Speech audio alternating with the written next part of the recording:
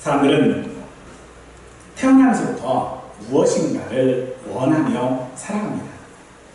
아기는 울음으로써 부모의 사랑을 갈망하고, 청년은 자신의 꿈과 자율성을 추구하고, 노인은 삶의 의미와 평안을 바라보는 것이 사람입니다. 사람은 그래서 누구나 안전과 안정, 또 먹을 것과 쉴 곳, 건강과 보호를 원합니다. 이것은 가장 기초적인 사람들의 갈망이며, 또 생존을 위해서 반드시 필요한 부분이기도 할 것입니다. 그러나 사람의 갈망은요, 여기서 멈추지 않습니다. 집이 좀 더 컸으면 좋겠고, 직장이 더 안정되면 좋겠고, 월급은 더 많이 받았으면 좋겠고, 또 어떤 관계들이 더 따뜻하고 더 넓어졌으면 좋겠다라고 하는 것들. 언제나 성취와 인정을 원하는 것이 사람들의 갈망입니다. 그런데 이상한 것은 그런 것들을 내가 얻었음에도 문주와 불구하고 그에 따른 만족은 오래가지 않는다는 것입니다. 채워져도 다시 결핍을 느끼고, 만족해도 곧 새로운 갈망이 우리 마음속에서 웅크러지고 깨어납니다. 왜 그렇습니까? 성경은 그래서 사람에 대하여 사람은 절대로 물질과 환경으로만 만족할 수 없는 존재라고 말합니다. 왜냐하면 우리는 하나님의 형상으로 지음받았기 때문에 본능적으로 하나님을 향한 갈망을 품고 있기 때문일 것입니다. 그래서 예수님께서는 그런 우리들의 갈망을 아시면서 우리에게 이렇게 말씀하시죠. 수고하고 무거운 짐 진 자들아, 다 내게로 오라. 내가 너희를 쉬게 하리라. 이렇게 우리에게 말씀해주고 있는 것입니다. 이것은 우리 사람들이 가지고 있는 이 깊은 갈망이 그저 잘 먹고 잘 살고 그런 것들이 아니라 하나님 안에서만 누릴 수 있는, 하나님 안에서만 만족할 수 있는 것이 바로 우리의 갈망인 것을 알고 있는 것입니다. 오늘 말씀 속에서 우리가 진정으로 갈망해야 할 것이 무엇인지를 함께 생각해 보실 수 있기를 축원합니다. 오늘 우리가 읽은 본문 10편 63편은 다윗이 광야에서 피난 생활을 하던 시기에 기록된 시편입니다. 표제에 보니 다윗의 시, 유다 광야에 있을 때에 라고 밝히고 있는 것처럼 다윗은 사울을 피해 유다 광야에 생활을 했었습니다. 그리고 또 한 번 아들 압살롬이 반역을 했을 때에 죽음을 피해 도망쳐 있었던 곳이 광야인데, 학자들은요 압살롬의 반역을 피해 도망했을 그때의 광야로 보고 있습니다. 다윗이 처한 광야의 현실은 물기가 없는 광야와 같았습니다. 그는 황폐한 땅을 자신의 상황에 비유하면서 땅의 길을 갈망하는 것처럼 하나님의 은혜를 갈망한다라고 합니다. 사막에서 길을 잃은 사람이 오아시스를 찾듯 먹고 마시고 숨쉬는 것처럼 하나님을 만나고 싶어 다윗은 간절히 부르짖습니다.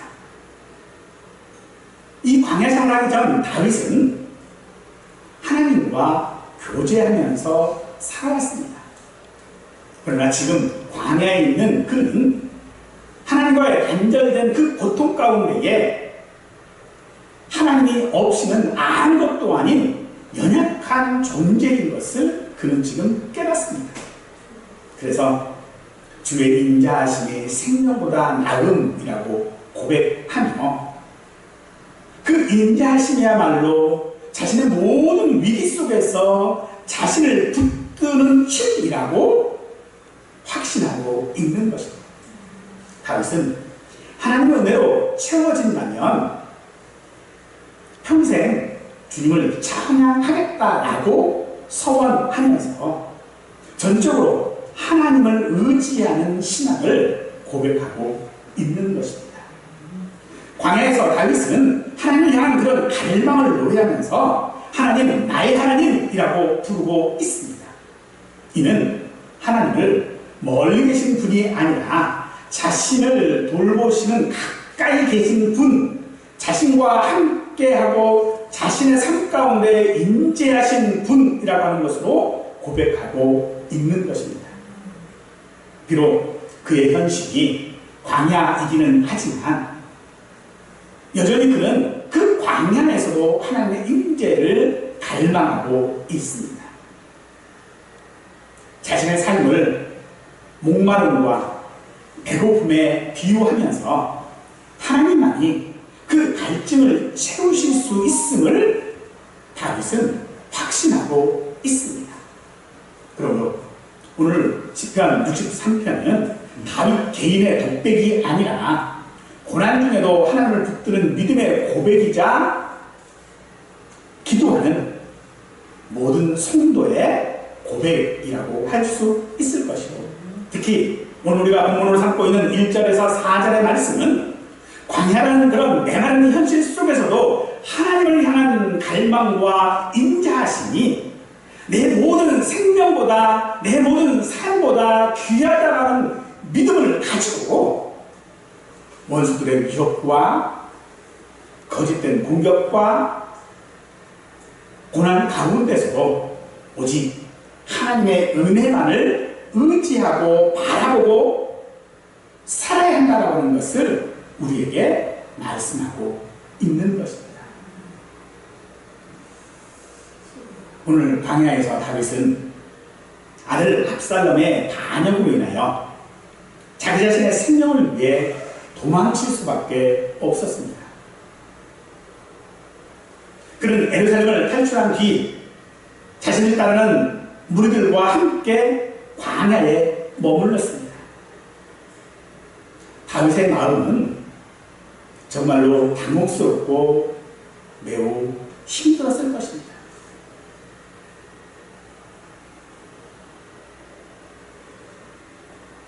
사무엘서의 기록에 의하면 다윗이 예루살렘을 도망하면서 감람산을 지나갈 때가 있었는데, 그 감람산을 지나갈 때에 머리를 풀어서 자신의 얼굴을 가리고 맨발로 눈물을 흘리며 지나갔다라고 기록하고 있습니다.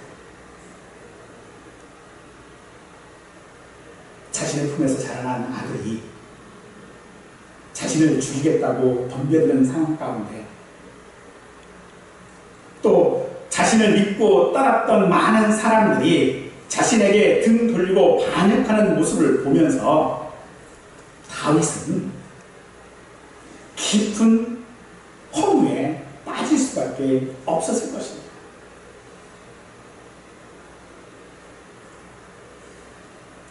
더군다나 이때 다윗의 나이가 거의 60입니다. 당시에 60이라고 하는 나이는요, 아주 장수한 나이예요. 다윗이 약 한 70세에 죽거든요. 굉장히 장수한 나이입니다. 일반 사람들로 치자면 완전 노년이에요, 이제. 그런데 그 노년의 다윗의 결과가 무엇입니까? 아들의 반란이에요. 맨발로 도망쳐야 하는 그 심정은 얼마나 수치스러울까요? 얼마나 낙심되어질까요? 오늘 우리들도 이 땅을 살아가면서 얼마나 힘든 시기를 보내었는지 모릅니다.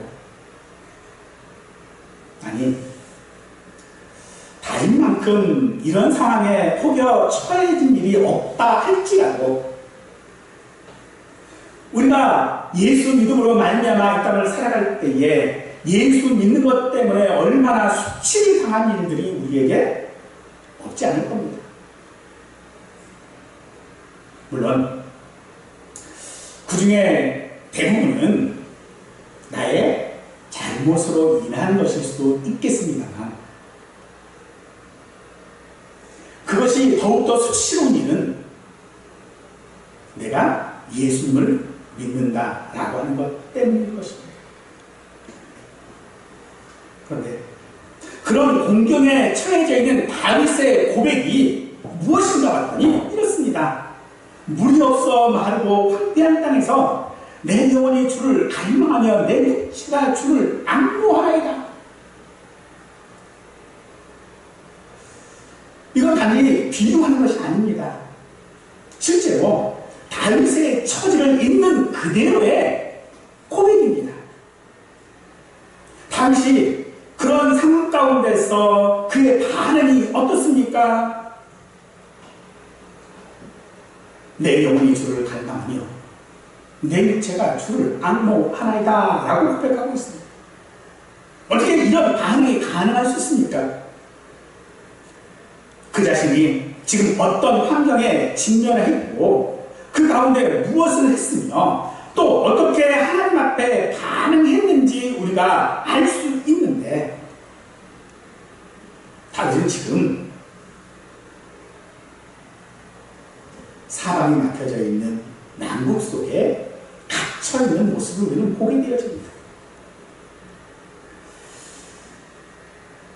삶의 무게가 너무 커서 모든 것이 나를 대적하는 것처럼 느껴지기를 그때입니다. 그때 우리에게는 어쩌면 가장 큰 시험일 수도 있을 것입니다. 우리에게 어려운 시기야말로 진정 내가 어디에 있는지 내가 무엇을 붙들고 있는지를 드러나게 하기 때문입니다.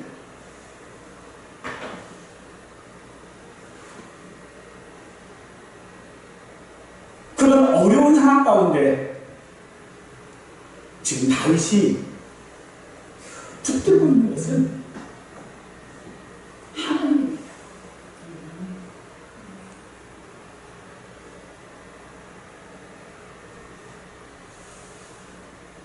우리도 언제든지 그런 황량한 상황에 던져질 수 있음을 기억하십시오.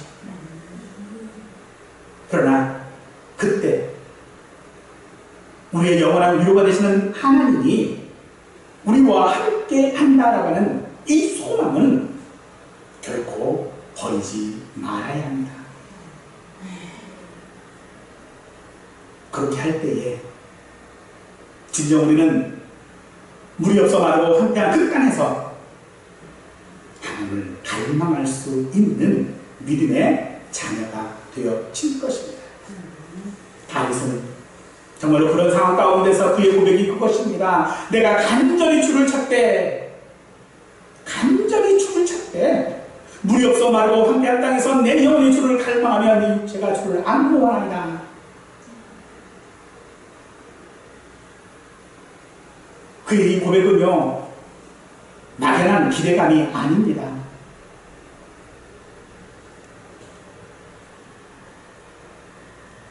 다윗은 지금 자신의 그런 어려운 상황이니 하나님께 그저 기도라도 한번 해보자 라고 하는 그런 마음이 아닙니다. 자신을 억지로 설득해서 네가 그래도 하나님을 믿는 사람이니 하나님께 기도해야 되지 않겠느냐 라고 자신을 설득하는 것도 아닙니다. 그는 그 마음 깊은 곳에서부터의 갈망 때문에 하나님께 나아가고 있는 것입니다. 아침에 우리가 일어나는 모습들을 보면 그 편안한 잠자리, 네, 여러분 어떠세요? 편안한 잠자리에서 잠을 자면은요, 안 일어나고 싶어요. 그런데 잠자리가 불편하잖아요? 그러면 일찍 일어나요.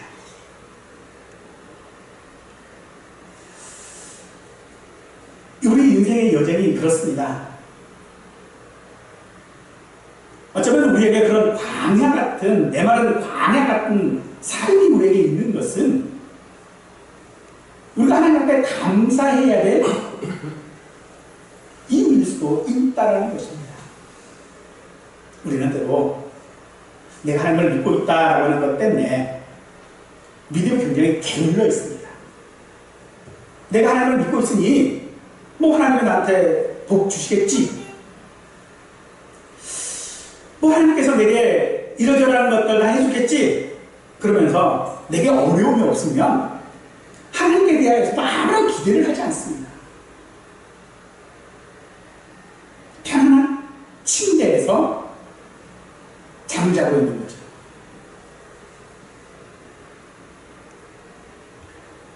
그러나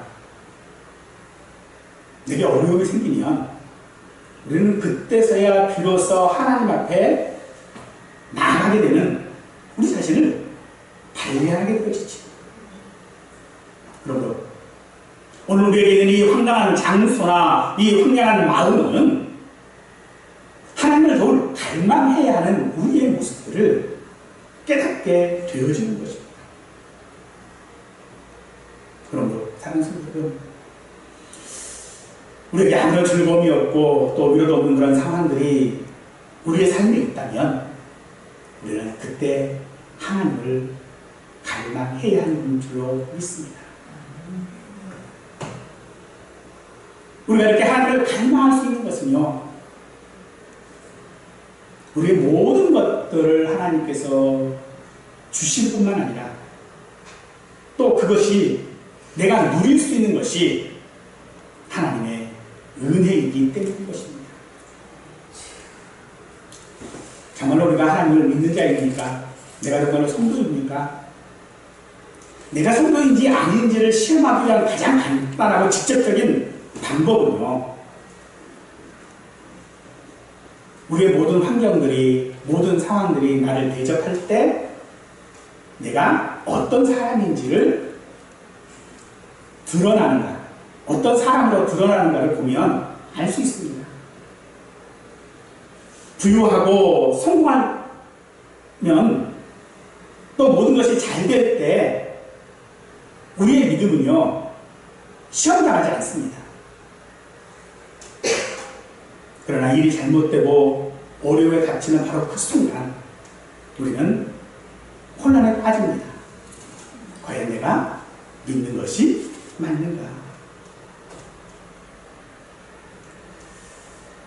그런 혼란은 우리가 믿는다라고 하는 그 주장을 의심하게 만듭니다. 하지만 성도는요, 그런 어려운 상황 속에서 하나님께로 나아가야 하는 줄을 믿습니다. 하나님이여, 주는 나의 하나님이시라. 내가 간절히 주를 찾습니다. 다윗의 이 고백은 매우 그래서 중요한 것입니다. 우리는 늘 내 자신이 성도라고 생각하면서 살아왔고 다른 사람들도 우리를 그리스도인이라고 여겨왔습니다. 그러나 나 자신에게나 사랑하는 이들에게 어떤 불행들이 닥쳤을 때에 나의 첫 반응이 무엇입니까? 하나님, 왜 이런 일이? 원망하는 말이 아닙니까? 사실 어떤 어려움이 닥치면요, 기도하는 사람들이 많이 있습니다. 심지어 믿음이 없는 사람들조차도요, 위기를 맞으면 기도합니다. 그러나 그것은 자신의 능력이 한계에 이르렀기 때문에 어쩔 줄 몰라서 그저 막연히 부르는 것에 불과할 것입니다. 그러나 그 마음속에는 여전히 의심과 불평들이 가득합니다. 하나님은 불공평하시다. 하나님은 계시지 않는다 하면서 그동안에 자기가 믿음을 고백했던 그 모든 고백들을 다 포기해버리고 맙니다. 그러면서 우리는 그러죠. 네가 내 상황이 안 돼서 그래. 내 상황이 됐어 봐. 너도 똑같을 거야. 여러분, 다윗의 상황만큼 우리가 상황이 어려웠던 적이 있을까요?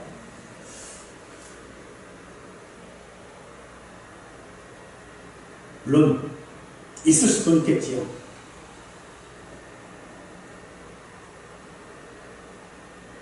하지만 다윗은 그 상황 가운데서 뭐라고 고백합니다.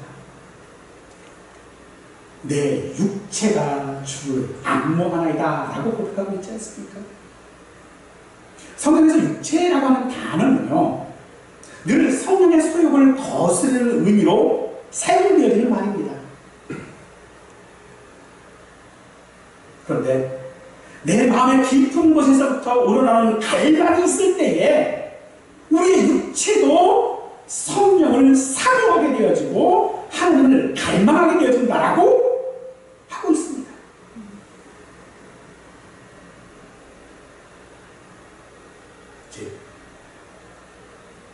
내 마음에서부터 이미 하나님을 믿는 것이, 하나님을 갈망하는 것이 아무것도 아니에요.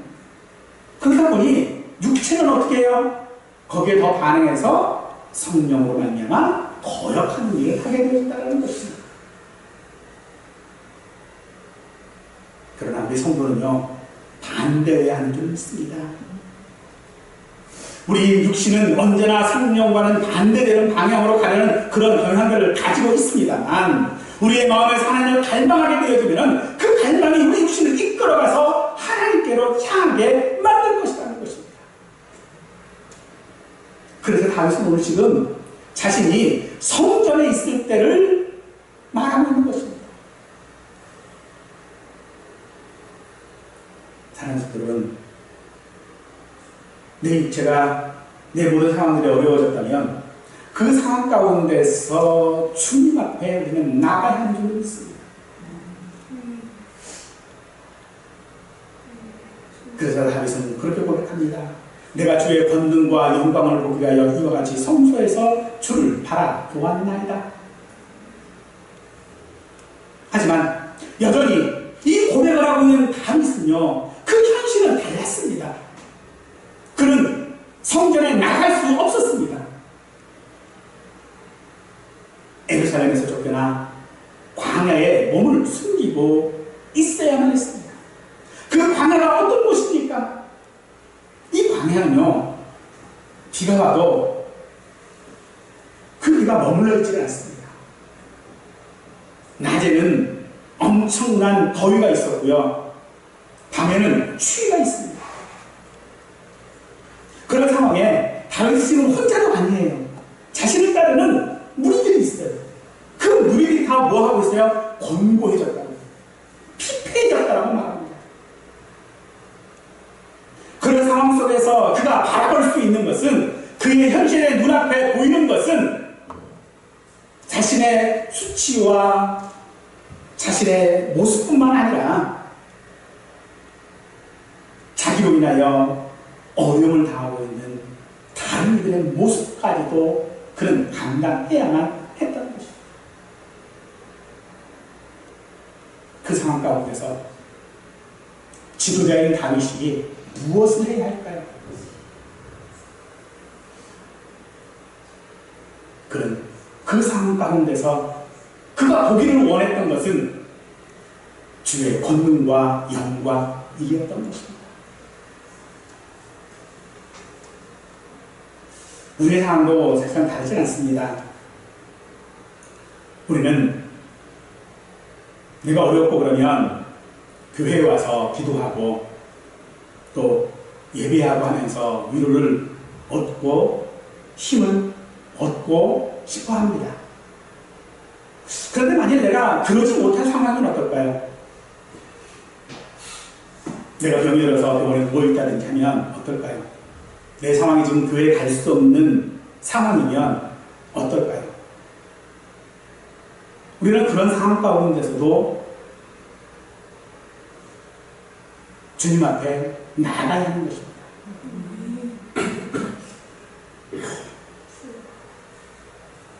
어떤 죽음과의 슬픔들, 어떤 사람들의 손절이나 실망들, 우리에게는 꼭 지금이 아니더라도 언젠가는 광야와 같은 현실에 서게 될 수도 있을 것입니다. 하지만 우리가 서 있는 그 광야는 지나가는 광야입니다. 이 세상 자체가 지나가는 곳이고 또 우리 모두가 지나가야만 하는 광야입니다. 어떤 교회라고 하는 공간들이나 종교적인 어떤 행위가 있어야만 우리가 하나님의 은혜를 체험하는 것이 아니라는 것입니다. 내가 어디에 있든지 간에 내가 정말로 내 마음 깊은 가운데서도 우리 하나님을 갈망하고 있다면 우리는 하나님의 은혜를 체험할 줄로 믿습니다. 그러므로 우리가 어려움이 있다면 우리는 반드시 하나님께로 나아가는 은혜가 우리에게 있기를 간절히 축원합니다. 예수를 믿는 우리가 하나님 외에 누구에게로 나아갈 수 있겠습니까? 슬픔과 당혹감이 우리를 덮칠 때 우리는 정말로 잊지 말아야만 합니다. 내가 항상 하나님이 함께 계신다라고 하는 그 사실을 우리는 믿지 말아야 할 것입니다. 우리는 정말로 본능적으로 우리의 고난의 순간에 하나님을 찾을 뿐 아니라 그런 권리가 나에게 있음도 우리는 잘 알고 있습니다. 그리고 우리가 하나님을 찾을 때 그저 하나님이라고 부르는 것이 아니라 주는 나의 하나님이시다라고 고백해야 할 것입니다. 막연한 호칭이 아니라 진실한 고백이어야 할 것입니다. 다윗은 그렇게 하나님 앞에 나갔습니다. 하나님이 나의 하나님이라는 그 사실, 내가 하나님의 자녀라고 하는 그 사실을 확신하고 나갔던 것입니다. 하나님이 나의 하나님이라는 데에 아무런 흔들림이 없었습니다. 아들 압살롬의 반역에도 메마른 땅, 황폐한 땅, 그 광야에서도 그는 흔들리지 않았습니다. 그런 확고한 믿음이 하나님을 나의 하나님이라고 고백하게 했던 것입니다. 그렇다면 오늘 우리도 다윗과 같이 그 고백을 못할 이유는 없을 것입니다. 다윗이 메마르고 곤비한 그런 상황에서도 하나님을 향한 갈망을 멈추지 않은 것은 그가 믿음이 좋고 유별난 신앙인이기 때문이 아니었습니다. 그것은 그가 당한 메마른 땅과 같은 그런 아픔과 고통 때문이었습니다. 그 고통은 세상에 대한 모든 미련을 포기하게 했습니다. 과거에는 자신이 충분한 자격이 있다라고 생각했던 그 모든 일들이 얼마나 허무한 것인지를 알게 되었습니다. 그때서야 비로소 다윗은 물이 없어 마르고 궁핍한 것이 무엇인지를 알았고 진정 갈망해야 할 것, 내 삶에 채워야 할 것이 하나님의 은혜임을 깨닫게 된 것입니다. 어쩌면 메마른 그 광야가 그의 삶에 없었다면 그는 그토록 하나님을 갈망하지 않았을지도 모릅니다. 사랑하는 여러분, 우리의 가장 큰 갈망은 바로 그 어려운 상황 속에서도 하나님의 임재, 하나님의 은혜를 갈망하시는 것인 줄 믿으십시오. 하나님께서는 지금도 우리와 함께 계시며 우리의 삶을 살피신다는 그 확신 가운데서 우리에게 위로가 되시는 분임을 믿으십시오. 다윗이 자기가 처한 환경이 얼마나 위험하고 불확실한지 그 상황보다는 그 마음이 오직 하나님께로 향한 갈망이 있었음을 기억하십시오. 물 한 모금 없는 메마른 땅, 사람을 불러도 적군뿐이고 압살롬과의 그 모여있는 장수들 속에서 다윗의 시선은 상황이 아니라 하나님께 두고 있었습니다. 내 영혼이 주를 갈망하며 내 육체가 주를 악무하나이다. 오늘 우리에게도 우리 자신에게도 묻지 않을 수 없습니까? 나는 정말로 주를 악망하며 내 육체가 주를 악무하고 있는가?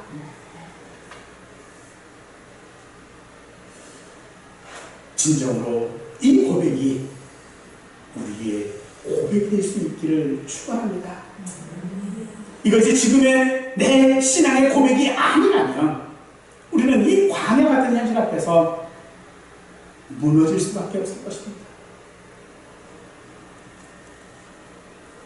궁핍하고 메마른 광야를 지나는 동안 우리에게 필요한 것이 무엇입니까? 하나님의 은혜인 줄 믿습니다. 그래서 사도 바울은 우리에게 빌립보서 1장 21절 말씀에서 이렇게 고백합니다. 이는 내게 사는 것이 그리스도니 죽는 것도 유익하리라. 이 말씀은 삶 자체가 주님의 것임을 의미합니다. 죽음조차도 두려움이 아니라 하나님의 온전한 연합으로 이어져 가고 있음을 확신하는 것입니다. 세상 사람들에게 죽음은 모든 것을 잃어버리는 큰 손실이겠지만 성도들에게 죽음은 하나님과 영원히 함께하는 새로운 시작임을 믿으십시오. 그러므로 우리 자신에게 죽음과 같은 메마른 광야가 있을지라도 하나님이 나와 함께 하신다고 하는 그 임재의 의식을 놓치지 마십시오.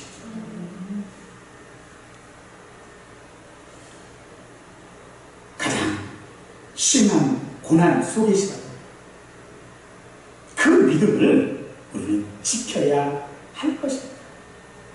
그렇게 할 때 하나님은 우리를 은혜로 붙드실 것입니다.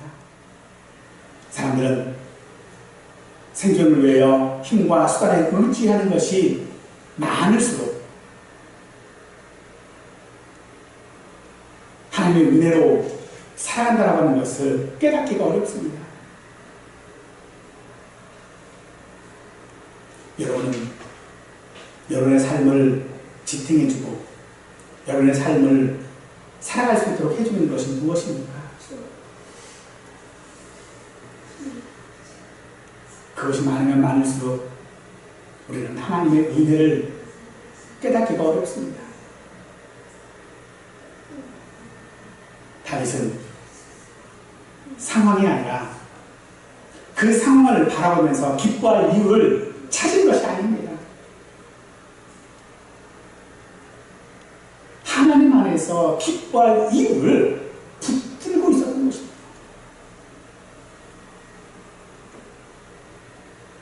어려운 상황에 있어서 내가 의지할 것을 찾지 마시고 하나님의 은혜를 붙드시기를 원합니다.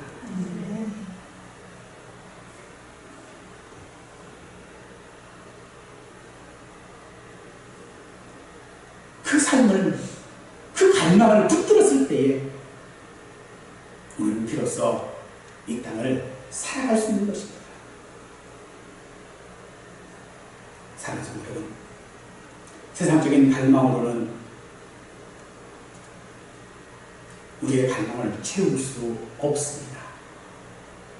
우리가 원하는 집, 건강, 성공은 잠시의 위로가 될 뿐 우리에게 만족을 주지는 못합니다. 우리의 만족, 오직 하나님 안에서만 주어지는 줄 믿으십시오. 광야 같은 현실에서 있을 때에 우리의 마음의 어떤 수치와 눈물에 얼굴을 가리더라도 하나님을 나의 하나님이라고 고백하면 하나님의 은혜가 우리에게 임하는 줄을 믿으십시오. 우리 어려운 가운데서 불평하고 원망하지 말고 지금까지도 내가 하나님의 은혜로 살아왔음을 고백하십시오. 그 고백 가운데에 세상에 주는 위로나 도움은 사라지겠지만 하나님의 인재는 영원히 우리와 함께 할 것입니다. 그러기에 사는 것이 그리스도요 죽는 것도 유익합니다 라고 고백하는 삶이 우리의 중심이 되어져야 하는 것입니다. 삶의 모든 순간이 주님의 것이며 죽음조차도 주님과의 온전한 연합으로 이루어진다는 이 확신이 흔들리지 않는 우리가 되기를 축원합니다. 메마른 광야 같은 삶이라고 생각하는 날일수록 하나님께 더 가까이 나오시기를 원합니다. 홀로 있는 자리라도 병상에서라도 광야 같은 환경 속에서라도 하나님은 여전히 나의 하나님이십니다라고 고백하기를 바랍니다. 우리가 부르짖을 때에 하나님은 우리와 함께 하십니다. 우리의 갈망을 채우십니다. 이 땅의 삶은 지나가는 광야일 뿐입니다. 그러나 그 광야 속에서 하나님을 갈망하면 하나님께서는 은혜로 우리의 삶을 채우시는 줄 믿으시고 그 상황에서도 어떤 상황에서도 우리의 가장 큰 갈망이 하나님의 은혜이고 그 은혜를 받음으로 말미암아 영원히 만족하는 우리 모두의 삶이 되시기를 간절히 축원하겠습니다.